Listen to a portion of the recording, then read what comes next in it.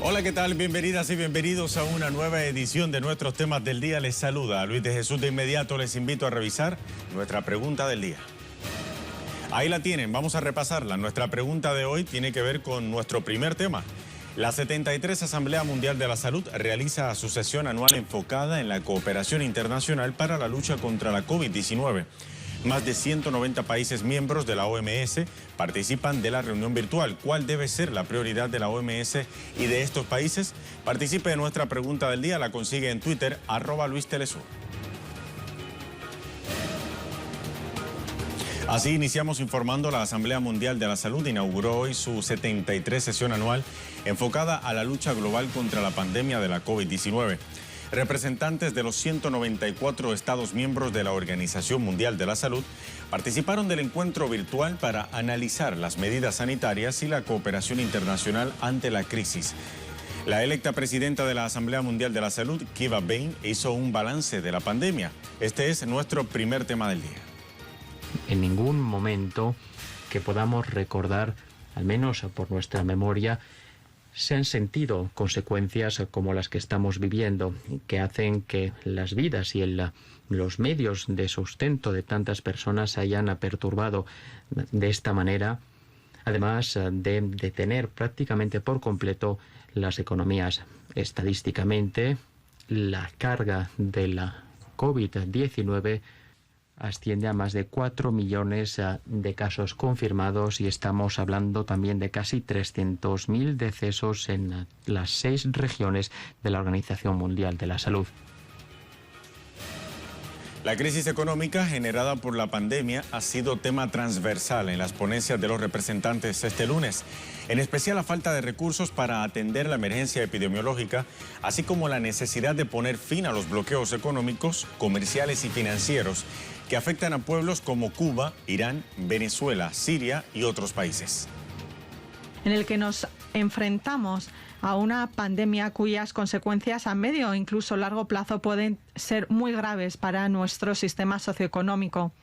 Nos enfrentamos a esta pandemia con valentía y en unas circunstancias excepcionales derivadas de la guerra terrorista que desde hace 9 años se libra en nuestro territorio, algo que se ha visto agravado por las medidas económicas coercitivas que se han impuesto en nuestro país y que ha debilitado muchos de nuestros servicios esenciales como el servicio sanitario.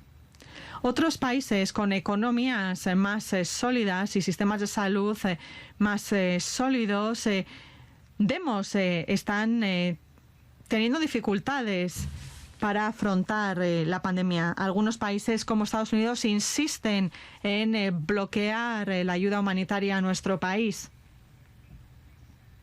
lo cual no hace más que agravar el acceso a material sanitario de prevención, diagnóstico y tratamiento esenciales para luchar contra la enfermedad. Pedimos que se levanten estas medidas coercitivas. Aplicar las estrategias sanitarias exhaustivas destinadas a suprimir la transmisión y prevenir que se disemine requiere esfuerzos bien enfocados en los vínculos que existen entre los sistemas sanitarios y la seguridad sanitaria. Esto requiere recursos sostenibles. A pesar de que nuestro país ha sido designado como un país de elevados ingresos, nosotros y otros países insulares en desarrollo igualmente vulnerables necesitan de manera urgente el apoyo y la solidaridad para seguir funcionando sus sistemas sanitarios y garantizar el bienestar de nuestro pueblo. Ahora bien, el presidente de China, Xi Jinping, expresó que su país apoyará la lucha de las naciones más pobres contra la COVID-19. Desde Beijing nos tiene los detalles Iramsi Peraza. Saludos, colegas, gracias por el contacto. Pues con su discurso en la 73 Asamblea Mundial de Salud, que se inauguró de manera virtual durante esta jornada, el presidente Xi Jinping demostró que China está lista para asumir su papel como potencia mundial en los esfuerzos de recuperación de la pandemia de COVID-19. El mandatario chino anunció que China apoyará con asistencia por valor de $2.000 millones millones de dólares durante los próximos 2 años a los países más afectados por esta pandemia, especialmente a los países más pobres. También anunció que las vacunas que China logre conseguir contra esta enfermedad, que hasta la fecha ha causado la muerte de más de 300.000 personas, pues estarán disponibles como un bien global, un bien de toda la humanidad, y se garantizarán que sean accesibles y asequibles, sobre todo para las naciones en desarrollo. El gobernante chino también aseguró, entre una de las medidas anunciadas en su discurso, que China trabajará con las economías del G20, las 20 naciones más industrializadas, para tratar de suspender la deuda de los países más pobres como una de las medidas más importantes para superar esta difícil situación económica causada por el brote del nuevo coronavirus. Otra de las medidas anunciadas por el presidente chino Xi Jinping fue que China establecerá un mecanismo de cooperación entre sus hospitales y 30 centros de salud de África, y asimismo se acelerará la construcción de la sede central, del edificio central de los Centros para el Control y la Prevención de Enfermedades en África, y así contribuir a los esfuerzos para que este continente pueda aumentar sus capacidades de salud para responder a emergencias de este tipo. Debemos mencionar que esta no es la primera vez que China asume un rol de liderazgo frente a esta pandemia desde el inicio del brote. Una de las premisas del gigante asiático ha sido fortalecer la cooperación internacional, y asimismo se ha convertido en un líder de la solidaridad para derrotar esta pandemia. Pues hasta aquí toda la información. Nosotros, por supuesto, estaremos al tanto de todos los detalles. Gracias, Iramsi Peraza. Vamos a ver otras informaciones ahora en el Caribe. El ministro de Salud de Cuba, José Ángel Portal Miranda, ratificó ante la OMS la disposición de su país de continuar apoyando en la lucha contra la COVID-19. Nuestra corresponsal en La Habana, Nayara Tardo, tiene el reporte. Adelante, Nayara.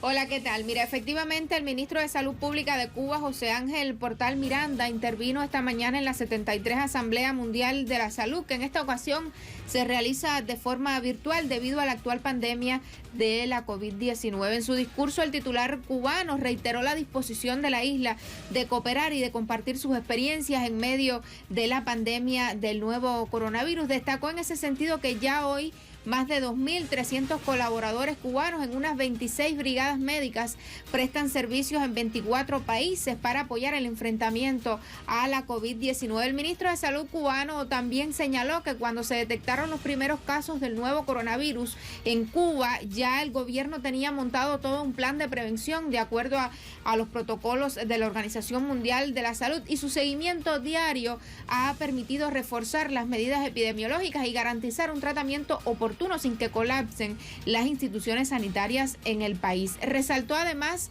el papel de la comunidad científica cubana en la búsqueda de tratamientos que ayuden a mejorar la calidad de vida tanto de las personas enfermas como de la población cubana en sentido general. Dijo también que aunque Cuba se encuentra en una situación favorable, tanto el gobierno de la isla como las autoridades sanitarias trabajan en el reforzamiento de las medidas para detener de una vez el contagio y que el virus no represente una amenaza para el país. Estos fueron los principales puntos que destacó el ministro de Salud Pública de Cuba, José Ángel Portal Miranda, hoy en la mañana.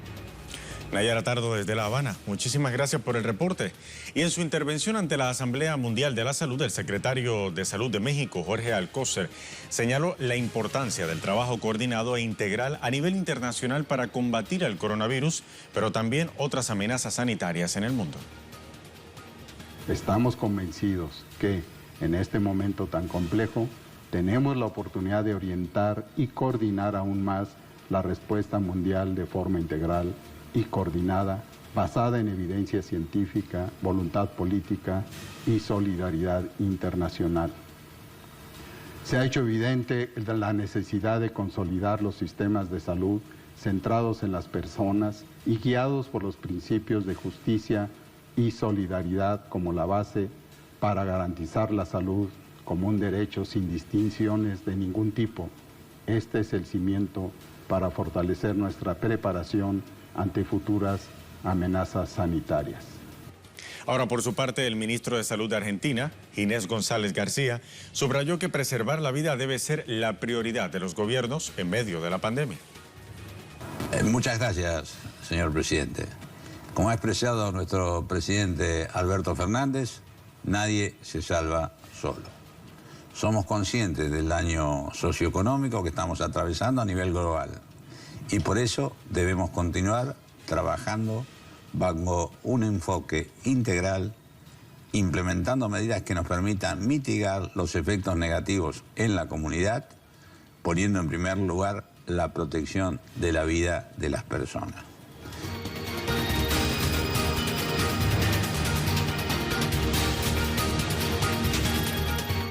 Momento de repasar nuestra pregunta del día. Vamos a ver, la 73 Asamblea Mundial de la Salud realiza su sesión anual enfocada en la cooperación internacional para la lucha contra la COVID-19. Más de 190 países miembros de la Organización Mundial de la Salud participan de esta reunión virtual. Pero ¿cuál debe ser la prioridad de la OMS y los países? Esa es nuestra pregunta del día. Participe de ella. La consigue en Twitter, @LuisTelesur.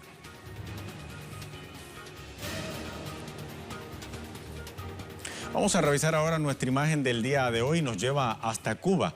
La fotoreportera del medio Cuba Debate, Irene Pérez, se ha dedicado a documentar cómo vive el pueblo cubano estos tiempos de pandemia por la COVID-19. Imágenes espectaculares. Compartimos algunas de estas instantáneas para ustedes desde la mayor de las Antillas. Ya regresamos.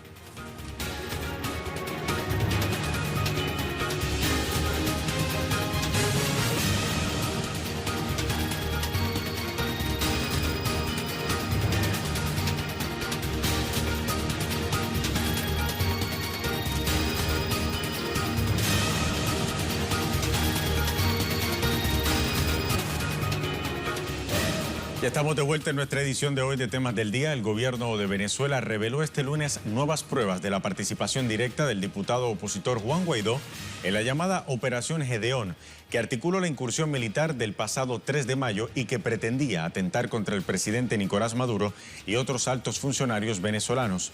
Este es nuestro segundo tema del día.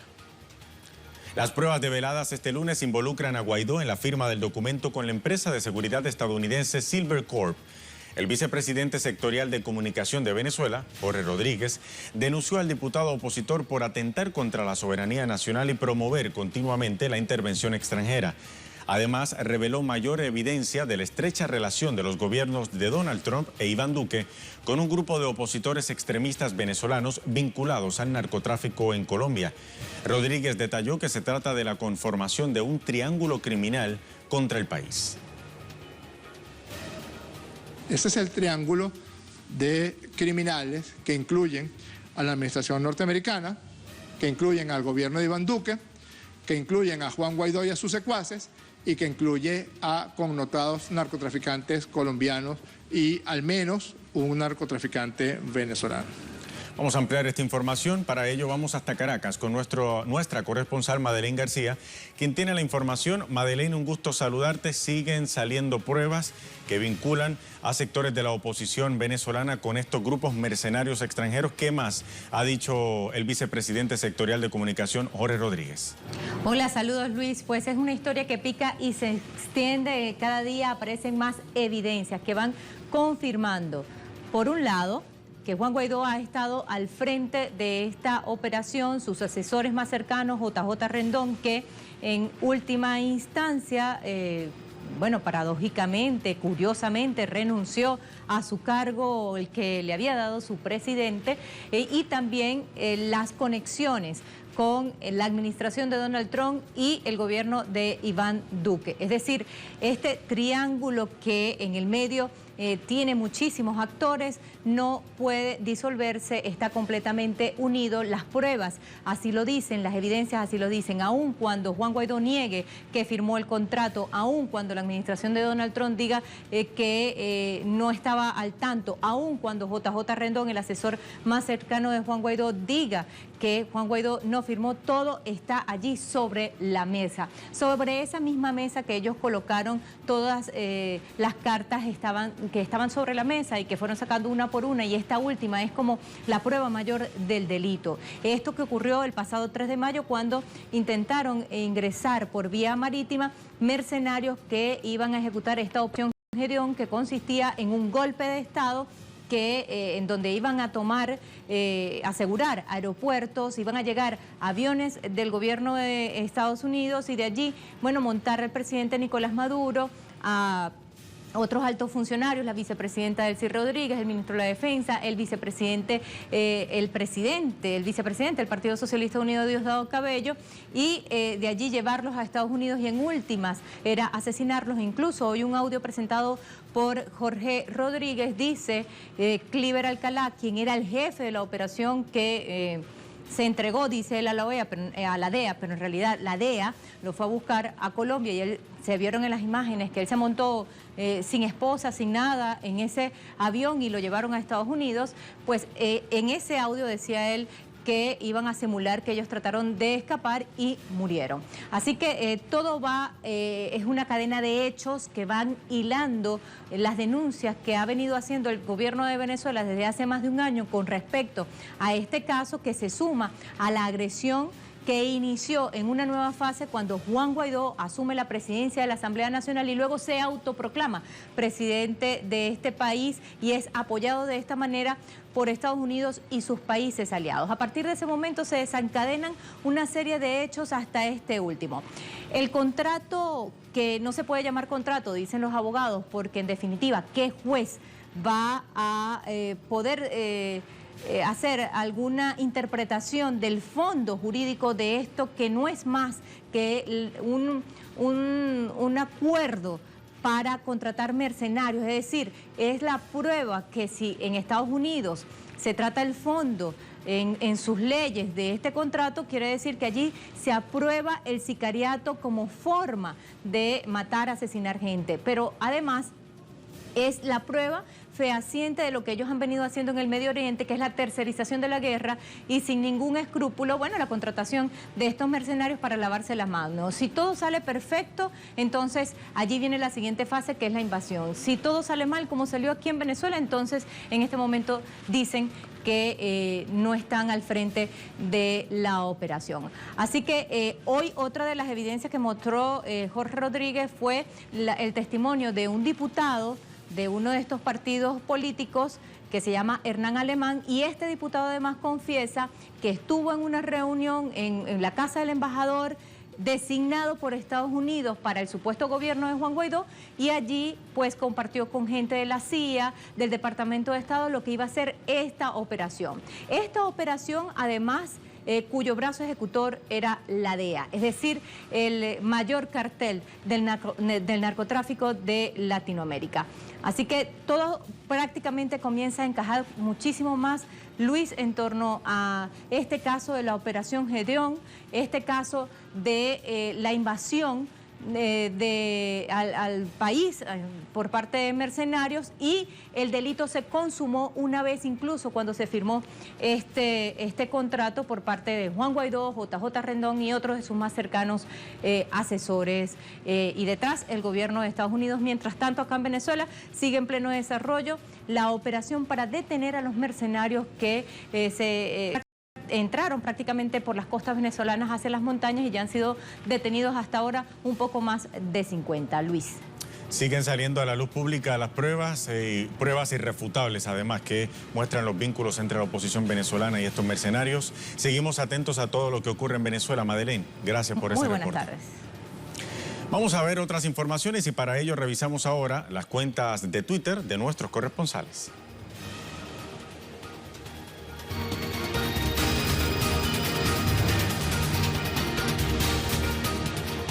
Iniciamos con información desde Ecuador. Denise Herrera, nuestra corresponsal en Quito, nos informa que organizaciones de trabajadores han marchado hoy en Ecuador en rechazo a las medidas económicas anunciadas por el gobierno. Escuchemos. Organizaciones de trabajadores se han movilizado hoy en la capital para dejar en claro un mensaje, y es que rechazan las recientes leyes aprobadas por la Asamblea Nacional. Aseguran que estas son medidas neoliberales que afectan directamente a los trabajadores, pero además que afecta a la jornada laboral y a la situación de los trabajadores, quienes han venido denunciando sobre estas decisiones que afectan a sus derechos. Recordemos que esta ley permite que se flexibilice y se tomen acuerdos entre el empleador y el empleado, por lo cual las organizaciones de trabajadores alertan que esto permitirá la flexibilización en la jornada laboral en el Ecuador. Hacen un llamado a las autoridades para revisar estas medidas que se han tomado desde el gobierno nacional, pero además también alertan de los despidos que han venido ocurriendo desde diferentes sectores en el país durante esta emergencia sanitaria. Vamos a ver ahora información desde Brasil. 170.000 personas ingresaron a la extrema pobreza en Brasil durante el primer año del gobierno de Bolsonaro. En total, 13,8 millones de personas que viven con menos de $1.90 por día. Los datos fueron revelados por el Instituto del Gobierno Nacional. Lo dice André Vieira, escuchemos. Ahora Eduardo Martínez, desde México. Este lunes, en México, los municipios sin casos de COVID-19 podrán reiniciar sus actividades. El lunes 18 de mayo, unos 324 municipios del país podrán regresar a las actividades económicas, también sociales. Esto incluye las clases en las escuelas y también las actividades en centros laborales. La mayoría de estos municipios se encuentran en el estado sureño de Oaxaca y la característica que tienen cada uno de ellos es que hasta el momento no han reportado ningún caso de COVID-19, esta enfermedad provocada por el coronavirus SARS-CoV-2. Sin embargo, como ha sido la política del gobierno del presidente Andrés Manuel López Obrador, las medidas o digamos la adopción de las medidas que propone el gobierno federal no son de tinte obligatorio. Es decir, cada gobernador y en este caso cada presidente municipal tendrán la capacidad de decidir si se reinician o no las actividades en su territorio. Hasta este momento puedo informarles que en el estado de Oaxaca, por ejemplo, donde se encuentran más de 200 municipios conocidos como verdes o municipios de la esperanza, se ha decidido por parte del gobernador Alejandro Murat que no se reabrirán las actividades sino hasta el 1 de junio, cuando finalice la Jornada Nacional de Sana Distancia. Y ahora desde Colombia nos informa nuestro corresponsal Hernán Tobar que hay un muerto y 3 heridos. Así denuncian campesinos del norte de Santander en el municipio de Cúcuta. Deja la erradicación forzada y violenta adelantada por el ejército en esa zona de Colombia. Campesinos de la vereda Tutumitos, en zona rural del municipio de Cúcuta, denuncian que tras una erradicación forzada por parte del ejército y la Policía Nacional, agredieron violentamente a los campesinos que se encontraban en esta zona del país. Abrieron fuego indiscriminadamente cuando estos mostraban su desacuerdo por la erradicación forzada, resultando un campesino muerto y 3 más heridos.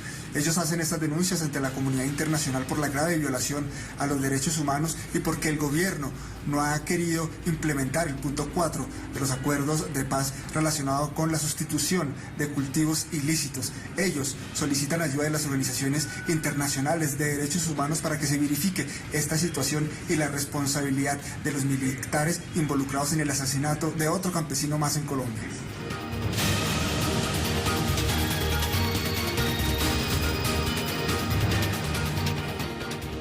Vamos a pasar ahora a nuestro tema en desarrollo. Se genera hoy en Bolivia. Organizaciones sociales se movilizan en medio de la pandemia del coronavirus para exigir la renuncia del gobierno de facto encabezado por Yanine Áñez y también demandar elecciones inmediatas.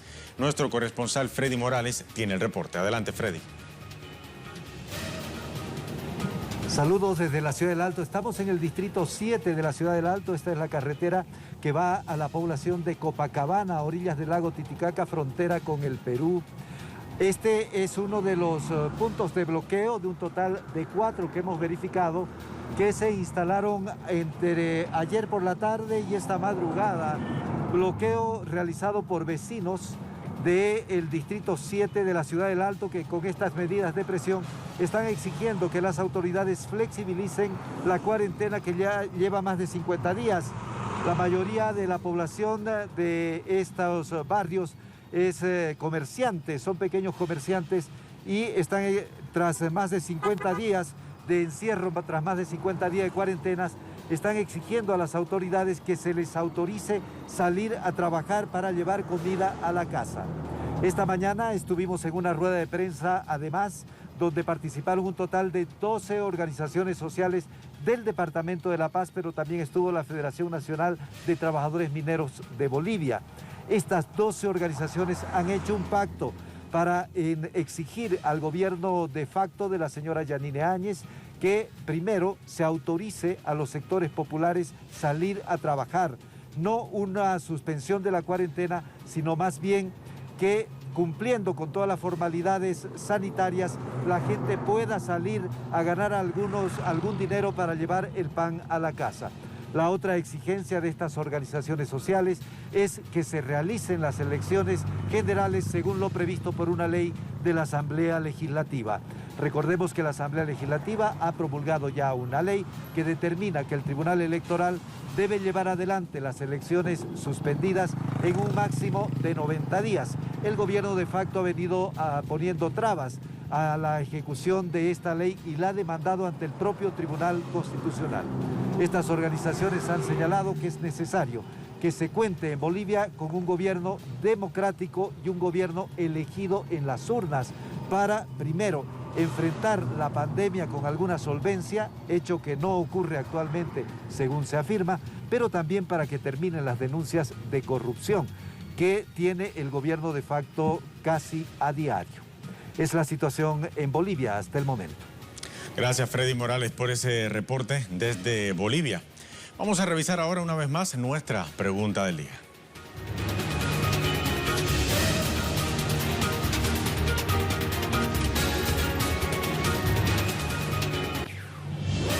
La 73 Asamblea Mundial de la Salud realiza su sesión anual enfocada al combate contra la COVID-19.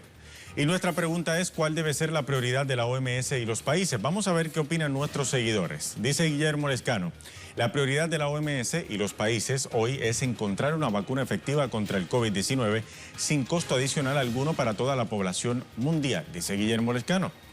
¿Qué dice la cuenta de Yaotal Altán?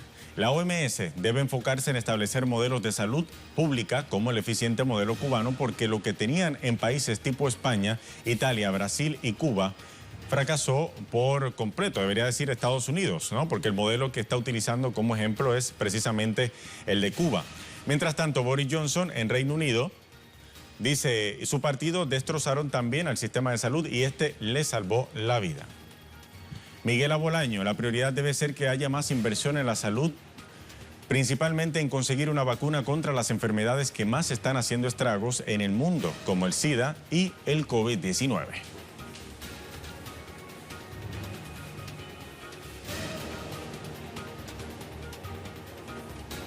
Y bien, antes de culminar, los dejamos con nuestro video web del día, producciones audiovisuales que usted puede conseguir compiladas en la cuenta en Facebook de Telesur. El Partido de los Trabajadores de Brasil pedirá que se realice un proceso de impeachment contra el presidente Jair Bolsonaro por la forma en que ha manejado la pandemia de coronavirus. Con este material los dejamos. Hasta la próxima.